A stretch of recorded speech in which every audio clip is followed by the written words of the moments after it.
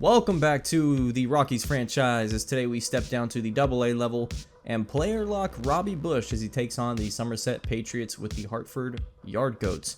This is one I've been interested to look at, as we got to see Wade Ames in the first matchup along with Dave Peace, Oliver Hernandez, Alfonso Fuentes, all the superstars of the future for this team. Robbie Bush obviously second in the starting pitching rotation, so we didn't get to see him, and let's get his game started off. Slider inside is a ball, but not bad. Really what I want to see from somebody like Robbie Bush, because he doesn't have high potential, as this one's going to be popped out to the outfield, but that should be able to be run down by Jordan Beckett is. I want to see him develop quickly into a role where he can either be a long reliever for this team or a late rotation starter.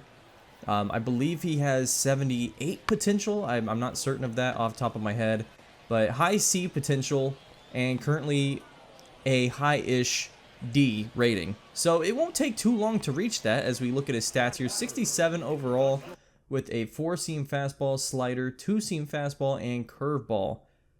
So the stamina is already really high too. 87 stamina is pretty impressive, honestly, for what I've seen from starters. He can last long in a game, and if he has command of his pitches, there's a good chance he's going to get lots of strikeouts, as he gets one here to end the first inning. Now here in the second, and this fastball just cuts on the inside curve there. And ahead 1-2. This one's hit right by him. That's going to be a base hit. So the big downside of Robbie Bush is he might be prone to giving up home runs. That HR per 9 is pretty low, unfortunately. But I think he's kind of a boomer bust prospect that if he can develop on the HR per 9 and get to that potential as quickly as possible, he's going to be someone we could really use on this team for a few years. 2-seamer down the middle, that is a strike. 2-seamer not quite as fast as the 4-seamer, of course. And then this curveball, absolutely drawing the strikeout there. Really nice breaking ball. And here is the number 17 Yankees prospect, it looks like. As the slider inside's called a ball. That was entirely inside the square. I don't know what the umpire's looking at. This one, obviously a strike as he gets him to miss. Now behind 2-1. And this strike again gets him to miss. 2 strikes right down the middle. That's just confidence. And then the crack off the bat of the slider. That'll stay in the park. But this is going to be a double here for Mendez. Rather, that was Ramirez actually getting that second base. And now Avina at bat. This fastball on the top there is a strike. Lots of fastballs from Robbie Bush. This one hit up into the air, but that should be playable. Yes. That'll be playable. Runner won't test here. So we're 2 down in the third. Now the 4-seamers popped up. Definitely playable this time from Beck. And that is the end of the third inning. Robbie Bush still perfect on the day. And he showed no signs of slowing down. Let's jump here into the fourth. Again, some pretty good contact off this hit. Robbie Bush is prone to giving up home runs, so we have to keep that in mind, that if he misses on a pitch, it could go out of the park. And a few of these pitches kind of show that, where he misses a little bit, and it's a pretty nice contact. This one's going to be a single. Not a no-hitter here from Bush, but what I liked was his strikeout potential. Here's a 96 mile per hour that gets a strike, and then bam! Curveball inside almost hits the guy, and he swings at it. That's some command right there. Now the slider inside, and that'll actually pick up the double play as we jam the batter, and we end the fourth. So still score of nothing for the Patriots. How about this fastball? That's a hard one to make a play off of. Just inside the bottom left corner there. Then just outside on the slider. Could have even been called a strike if it landed without the swing. I don't know how you're supposed to deal with that. I definitely would be missing on these. Another one on the outside draws it. Now ahead 0-2. And the curveball inside. They swing at it. It's a jam. Again, just not a favorable pitch to swing at. And Bush is getting them all to swing at basically everything. 95 mile per hour up top right. Now the curveball. Actually ends up throwing a slider there. This one popped up. And that will be caught and will end the fifth. Still pretty much a perfect day. Again, not a no-hitter, but pretty solid. 4-seamer on the bottom connects. That's a strike. Now a 4-seamer on the inside. And again, what are you supposed to do with that pitch? Count even. 2-2, and the curveball gets him swinging. A devastating curveball to the bottom of the strike zone. And now behind 2-1, and the curveball gets him on the inside. That is just a nasty pitch there. Avina, count is even, and he strikes out. Isn't even swinging at it. We got him looking. Now here in the 6th, with a 3-1 behind here on Sinnott. And Bush gets him to pop this one up. That's an easy out. And Bush just looking excellent in this first outing here. That is a quality start for Robbie Bush, but he wasn't done. Here in the 7th, 2 away. Strike, outside corner again. Phenomenal location on these pitches, not showing any signs of fatigue. Now the curveball, what are you supposed to do with that? And then the curveball inside gets him to jam a little bit. Actually, that was a slider. Either way, his breaking pitches were so nasty that I think it opened up his fastball, where his fastball is not even that much of a heater, but 95 miles per hour, that's going to get you sitting there when you've been seeing some of these curveballs and sliders. And quite frankly, when he wasn't getting strikeouts, he was just jamming everybody. A few hits given up on the day, but otherwise, this was near perfection as Bush again gets a jam here. And Dave Peace can run that down with his speed. Dave Peace looking really, really good fielding. And we go into the 9th. This is it. To give up no runs on the game. That's a strike. Just a beautiful pitch there. Barely clips the strike zone. And then gets him to swing on the 4-seamer down low. He was in everybody's head at this point. Avina in the game now behind 0-2. And the slider easily jammed and caught there. And that comes down to 2 away. And the last batter of the day. 4-seamer up top. Gets him. Ahead 0-1. And he gets him with the curveball again. Nasty curveball here. Final pitch of the game, maybe? No, they would not call that 4-seamer a strike. I thought that could have gone either way. Now, 1-2 and not getting him with the slider. Counts even, 2-2. Sinnott maybe showing the most patience I've seen. And he gets him jammed. That is your game. Robbie Bush, perfect. And the Yard Goats win 7-0 in runs. Phenomenal game here from Robbie. I'm excited to see what he can turn into. He might have a chance to start this season. I don't think at this rate it'll be long before he's in AAA. And if he performs well at AAA, he could be there maybe in September when we call up some players. I'm not sure. I really don't know where his ceiling is this season. And I know his ceiling isn't high overall at high C potential, but if he reaches that fast, I think he could be a pretty nasty pitcher here. 9 innings pitched, only 3 hits given up, 7 strikeouts on the game. Phenomenal pitching from Robbie. Unfortunately, we have to go back to reality for our major team, and they couldn't win a game to save their lives. Now on a 6-game losing streak, let's jump ahead and look more at the draft. Coming up as we have our first rounds of scouting here. And here are just some of the players that are at the top of the board. We have Alejandro Villalobos and Russell Lang, Oscar Ramos. Some really solid players here. A lot of pitchers at the top though. You'll notice not many positional players here. Virgil Stevenson is someone we can maybe look at, although that overall being bottom level of 40, not exactly ideal. So we are scouting Kevin Simmons, the #1 prospect in this draft, a catcher. Definitely wouldn't mind getting another catcher, even though we have Indy Rodriguez. And then we will have scouts discovering international pitchers as well as scouting starting pitchers internationally. Jumping ahead, we have 4 more new losses as Kansas City sweeps a series against us. So does St. Louis, by the way. Now we take on the Dodgers again, so that's fantastic. Not looking good to start this year. We won 3 games. We were 3-3 on the season, and we've lost now 9 straight. Really, really bad break for this Rockies team. And the hitting's cooling off for some of our even hot batters. Justin Turner, however, 34 at-bats, and he's hitting .412 right now. That's phenomenal. Ezekiel Tovar, 315, still really hot. Indy Rodriguez, 304 in his 23 at-bats for us. And then Nolan Jones still above 300, but Colton Wong has cooled down, and the rest of our team below 250, below 225 even. Just not great from our bottom half of our lineup there. And then pitching. Jose Leclerc has actually struggled so far, giving up 13.5 runs per 9 innings. And it's just not looking great here. John Curtis really, really struggling this year after a solid season 1. It's just one of the things with the bullpen is you can never trust that year to year they'll have the same production. Karinchak looks great. We have some really good pitching here. Brennan Beck, phenomenal. Tyler Matzek doing really well. Even Chris Kell, I think, is doing all right. Oscar Yanoa. Walker Buehler's doing okay. I would love to see the earned runs get down, but I think he's actually performing better than it seems like statistically. And so this is the new look at our starting rotation. Brennan Beck joins the starting rotation again. He'll slot in his third, actually. Alex Cobb moves back to long reliever. And let's get into a game here against the Dodgers. We again have Walker Buehler versus Shohei Ohtani. This is the revenge game for Walker in Coors.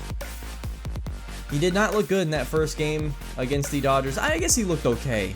I wouldn't say great, but starting off here against Mookie Betts, and we know how this has historically gone so far this season. Can we get one on Mookie Betts? Batting .315 on the season, and the first cutter of the game is a strike. Not bad there. Now 0-1, and the slider on the outside is actually a strike. Mookie doesn't swing at that. Now 0-2, and a cutter to the top line is a strike. Mookie strikes out, never even swung. Now Gavin Lux in the game, and the circle changeup draws a strike as well. Lux hitting .281 on the season, pretty respectable. And Lux will pop this one up. Brenton Doyle should be able to run it down, but takes a weird angle to it, and that'll be a hit. I don't think that should necessarily be Walker Buehler's fault, though. That was really mine. And then Freddie Freeman comes in the game, but this is an easy double play for the fielding. And that'll be the first inning as the Rockies defense comes through very quickly.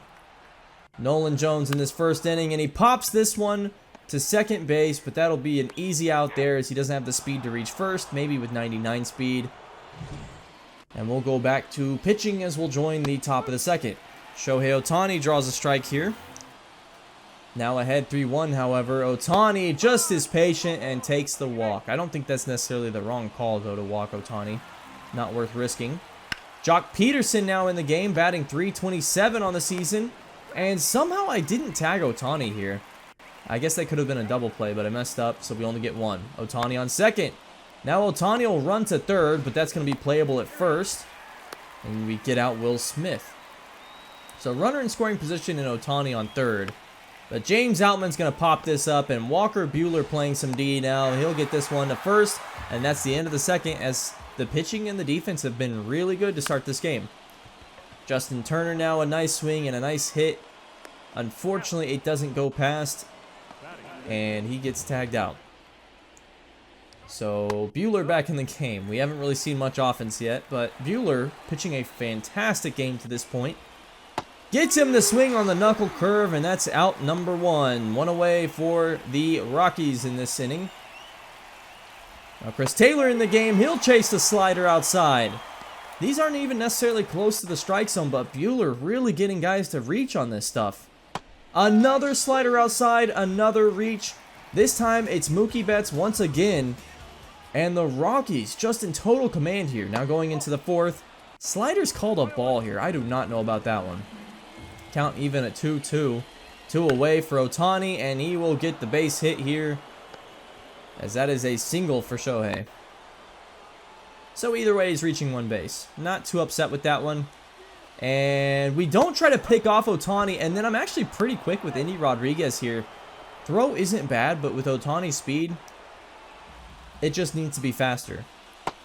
A swing and a miss on the knuckle curve, though, and Peterson is out.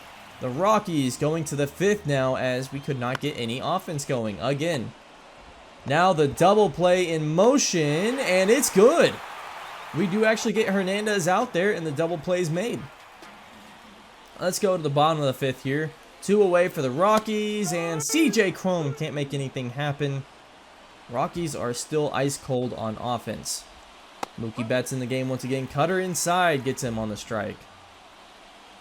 Now count full 3-2, and Betts swings at this one. We're very fortunate. That one kind of missed the cutter, but Doyle easily able to play on that one, and that's an out. So 2 away for Gavin Lux, and he'll kind of hit this one decently, but Hicks can run that down, and that is the end of the Dodgers offense in the 6th inning. Out comes Tyler Matzek. So Walker Buehler gets a quality start, gives up no runs. Really great day from him. I think that was a good revenge game. but I didn't want to keep him out there. So we bring in Matzek, and he throws the slider outside, draws a strike. 1-2. Curveball does not draw a strike there from Freddie Freeman. Now, count full, and he draws the walk. Freddie Freeman just sitting back on that one, and in comes Shohei Ohtani, and that's a strike. Goodbye, Ohtani. We finally strike him out here. Jock Peterson in the game, and that's hit to right to Colton Wong. That's a double play, and the Rockies looking excellent defensively. Can we get any scores, though? Well, late swing from Nolan Jones on the 98-mile-per-hour fastball draws the strikeout. Ohtani was still in the game by this point, but I was rotating through the bullpen. Caleb Ferguson, our setup man, comes in the 8th inning. I wanted to see what he could do. Well, how about that? Really good curve there to the top outside corner. And then getting him to swing on the fastball. Will Smith is out. Really nice pitching there from Caleb Ferguson. James Outman checks in, and they call a ball on the curve. I don't know about that one at all. And this one's rocketed, but thankfully right to Aaron Hicks. He does make the play. And that's 2 away for the Dodgers now. Teoscar Hernandez, and he jams this one right to Colton Wong. And we're going to the bottom of the 8th. Still have a chance to win this one. CJ Cron, 2 away, swinging and missing on the splitter. And still a perfect game for Shohei Ohtani through 8. In comes our closer, Jose Leclerc, who has really struggled this season so far. You can see he's mostly struggled against left-handed batters, actually. And the cutter on the inside of Chris Taylor is a strike in the first pitch here. 1-2. Getting him with the cutter inside again. Nice first out for Leclerc. Now Mookie Betts. This one scares me so much because 1 run might end the game here. Cutter is a strike. 1-2. And Mookie swinging at that slider again. We were in Mookie Betts' head in this game. Gavin Lux comes in. And he pops this right to Jose Leclerc, who kind of trolls for a minute before ending the inning. And now the Rockies have a chance to walk it off here in Coors Field. Well, Charlie Blackmon won't be doing that as he swings at something that almost hit him. So we pinch hit Brendan Rodgers off the bench here. 222 on the season.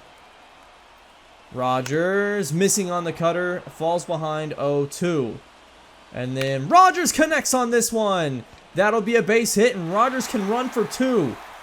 Way out in the outfield. Right fielder picks it up, throws it in, and Rodgers easily gets the double there. So we have a runner in scoring position with 1 away. And it looks like that'll be the end of Shohei Ohtani's day. 1 hit given up, and that's it. They're not even going to mess around anymore. Thayer Eisen checks in. I'm not sure if I said that right. And Brenton Doyle pops this one high. It's going, and it doesn't make it out of the park. Brenton Doyle elects not to tag up. Oh, I really thought Brenton Doyle just walked off this one, but unfortunately just doesn't have enough power behind it. And Nolan Jones, count full, draws the walk. So he actually gets on base there. I'm not sure if that was not the right play from the Dodgers. Now Ezekiel Tovar pops this one up. It will not fall in time though, and we're going to extra innings. So this game still 0-0. Barn burner here in Colorado. And this one, Jose Leclerc still pitching in this inning.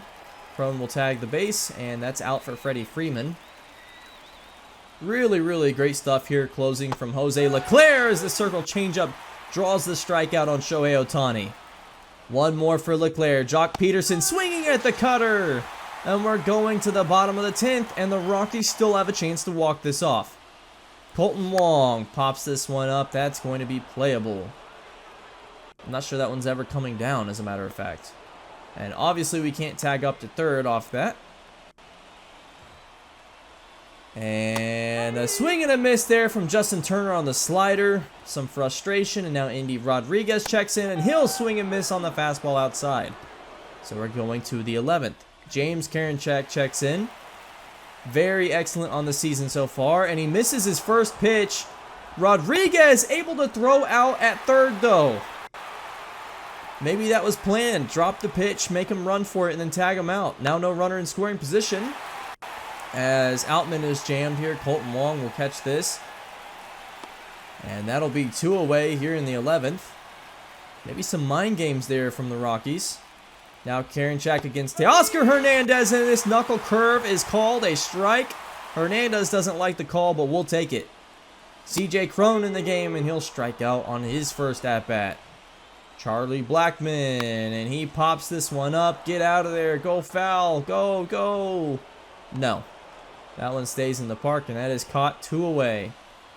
Jeremy De La Rosa hits this one up, but he's a little out in front of that one. And that's playable as well. We're going to the 12th. Still 0-0, even in extra innings.